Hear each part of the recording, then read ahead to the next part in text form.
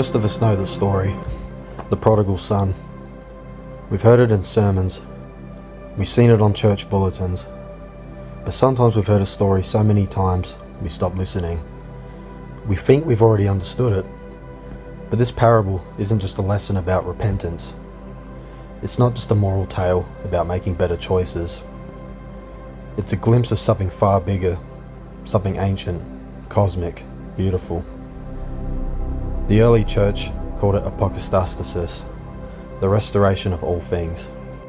Before we go deeper, I want you to hear the whole story again, word for word, slowly, and let it breathe.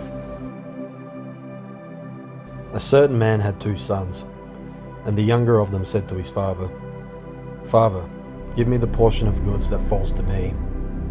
So he divided them to his livelihood.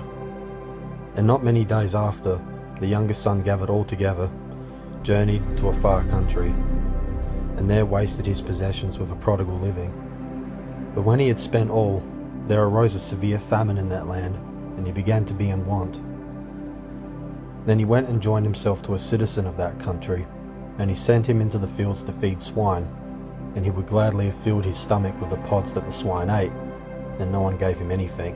But when he came to himself, he said, "How many of my father's hired servants have bread enough to spare, and I perish with hunger?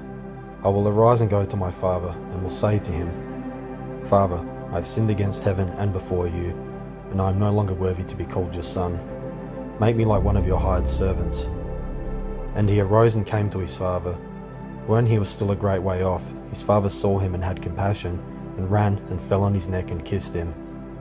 And the son said to him, 'Father, I have sinned against heaven and in your sight, and I am no longer worthy to be called your son.'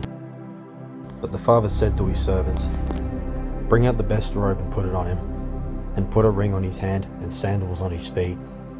And bring the fatted calf here and kill it, and let us eat and be merry.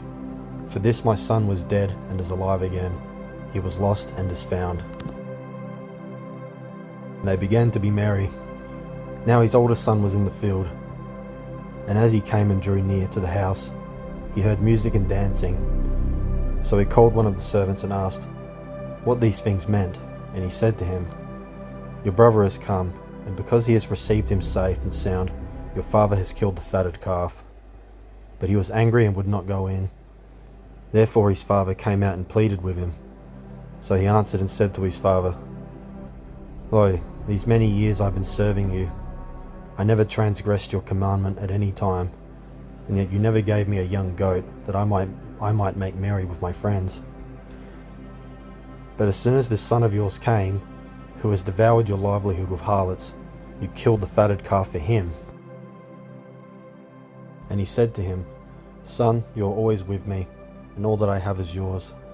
It was right that we should make merry and be glad, for your brother was dead and is alive again, and was lost and is found.'" You can feel it, can't you?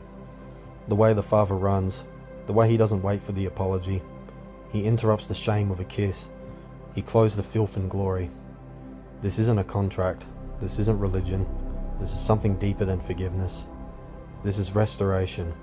This is apokatastasis. He must remain in heaven until the times of the restoration of all things. That's not a metaphor. That's a promise, a direction, a trajectory for everything. The youngest son didn't restore himself. He just turned. That was all it took. The father did the rest. He ran, he wept, he embraced. He didn't just forgive, he restored. This is what God is like, and this is what God is doing. Not just with one person, but with the whole world.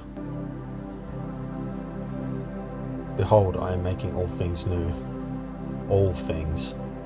Even the broken things. Even the parts we thought were beyond saving. Even you. Apokatastasis is not about ignoring justice. It's about going beyond it, to a love that heals what justice can't fix. God doesn't just balance the scales, He remakes the soul. So if you've wandered far, if you're tired, if you feel like the damage is too deep, just know the Father still sees you. And the moment you turn, even just a little, He runs, not to scold, but to embrace, not to punish, but to restore, not to demand payment, but to say, welcome home.